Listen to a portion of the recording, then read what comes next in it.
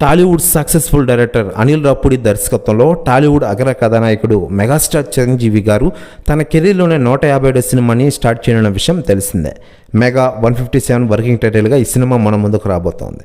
ఇటీవలే ఈ సినిమా పూజ కార్యక్రమాలు ఘనంగా జరిగాయి హైదరాబాద్లో. ఈ పూజా కార్యక్రమానికి Tollywood star hero victory Venkatesh కూడా హాజరైన విషయం తెలిసిందే. దానికి సంబంధించిన ఫోటోలు కూడా ఇటీవలే నెట్టింట్లో వైరల్ అవుతూ ఉన్నాయి.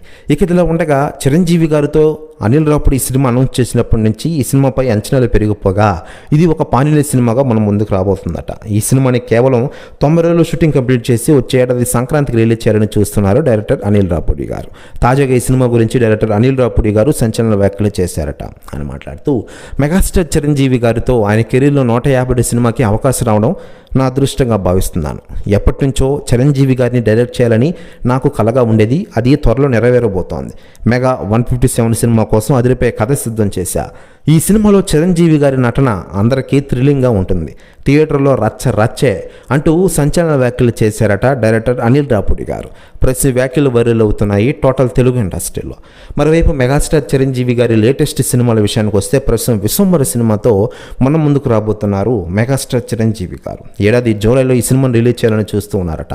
ఇది ఒక సోషల్ ఫ్యాంటసీ సినిమా. 12 స్థాయిలో ఈ సినిమాను రిలీజ్ చేయాలని చూస్తూ ఉన్నారు.